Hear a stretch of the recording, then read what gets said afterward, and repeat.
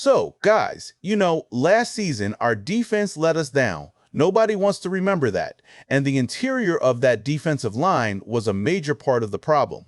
But when Christian Parker came in, he basically tore apart that entire defensive tackle room and rebuilt it from scratch. Like, the numbers don't lie. The longest tenured player in that room right now is a guy who might not even make the 53-man roster. Yes, this is not a clickbait.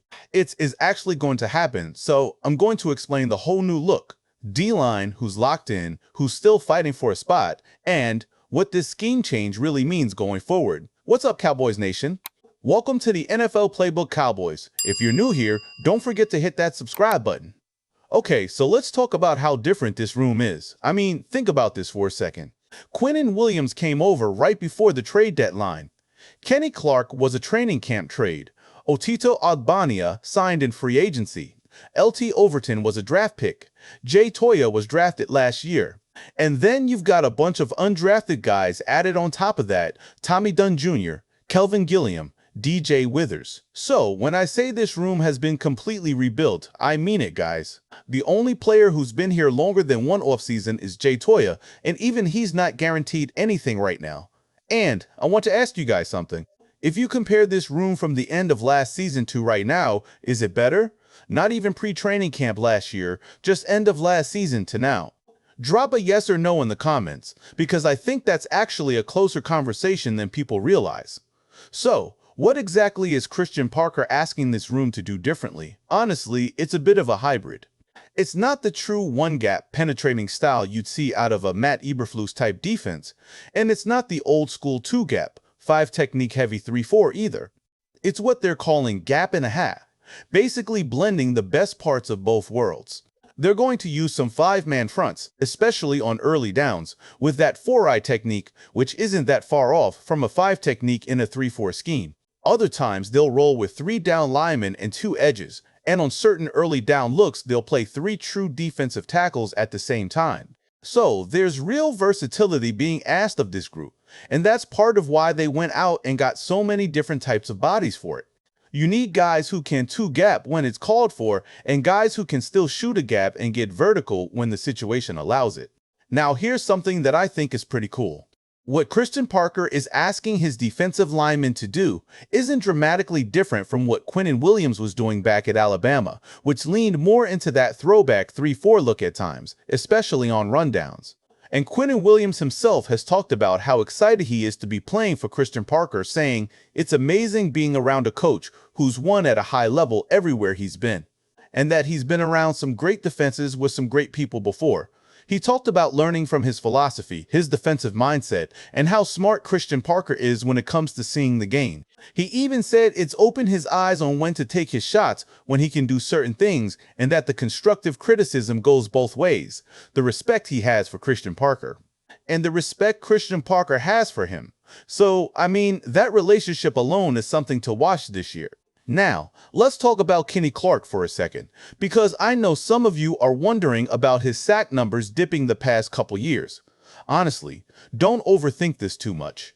He had more tackles for loss and sacks in almost his first game with Dallas than he did in his entire final stretch with the Packers.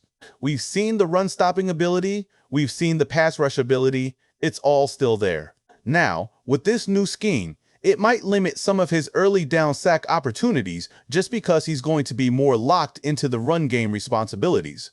But listen, if it's 3rd and 13, none of that matters. He's still getting to pin his ears back and go get the quarterback, big man.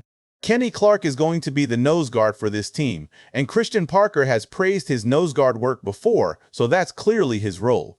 That doesn't mean he won't get sack opportunities in those situational spots. It just means his primary job in those base fronts is holding down the middle.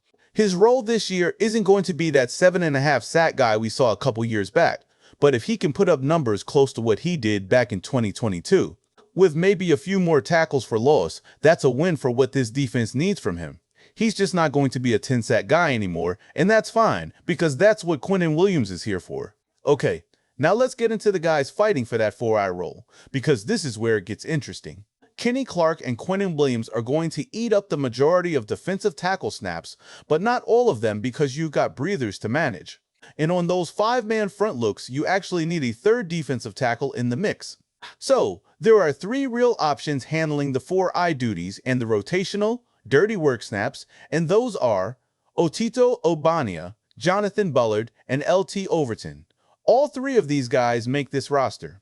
Now, starting with Ogbonnia, I think he brings the most flexibility of the group. He can play 4-eye, he can play 3 technique, and if Kenny Clark needs a breather, he might be the top backup nose guard too.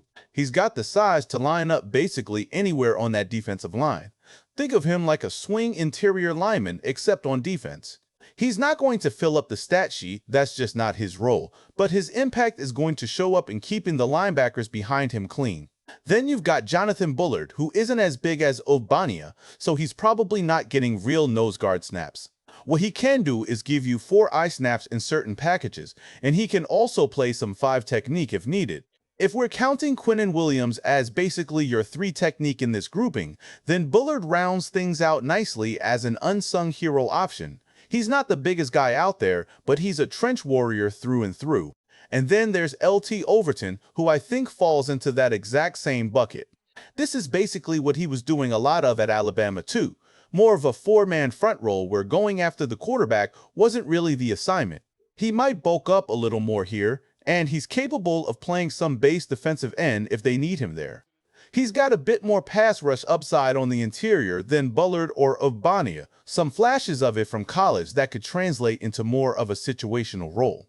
Now, if he was going to a true 4-3 defense, I don't think there'd be enough juice there for him to really work as a pure 3 technique. But scheme matters a ton for a guy like this, and doing 4-3 defensive tackle stuff, which is really just 3-4 defensive end stuff, fits him a lot better. His fit in Dallas is a lot better than it would have been in a straight 4-3 defense because what they're asking him to do lines up much closer to a 3-4 defensive end role. Now let's talk about Toya, because this is the most surprising part of the whole story. He's technically in line to be Kenny Clark's backup at nose guard, the true 2-gap type role, but I wouldn't call that guaranteed at all. The question is how much Christian Parker wants out of a player who right now doesn't offer a ton outside of just being that boulder in the middle. The guy who isn't getting pushed backward but also isn't doing much else. Can he handle the true 2-gap stuff? Can he handle this gap and the half responsibility they're building around? Honestly, I think he can, but he's going to have to prove it, because under a brand new coaching staff, nobody is just handed a roster spot, and that includes the guy who's technically been in this room the longest. Beyond the guys we've already covered, there's also 3 undrafted rookies who are going to see a ton of preseason snaps just because of how the depth chart works. You're not going to play Kenny Clark or Quinnen Williams heavy preseason reps, so that opens things up for Tommy Dunn out of Kansas, along with his former Kansas teammate DJ Withers and Kelvin Gilliam.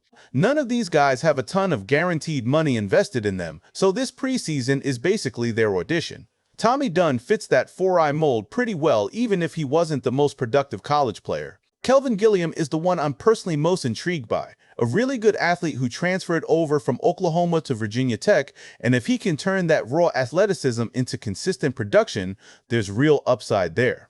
DJJ. Withers actually put up more production than Tommy Dunn in college, but wasn't as highly regarded as a prospect. Realistically, all 3 of these guys are competing for practice squad spots more than anything else. And then finally, there's Dayo Odeleye, who's on the roster as part of the International Player Pathway program, which basically guarantees him a practice squad spot no matter what. He's got great size, listed at 6'5", 271, and he actually started his football journey over in the UK. He's not walking onto this 53-man roster, but unless another team scoops him up for something, he's going to be right back on that practice squad once again this year. So, when you step back and look at this whole defensive tackle room, I mean, it's night and day from where it was even at the end of last season.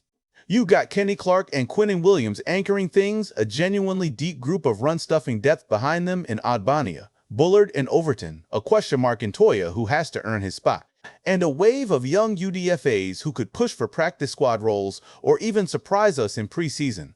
And the scheme itself, this gap-and-a-half hybrid, is actually built to get the most out of all of them instead of forcing square pegs into round holes.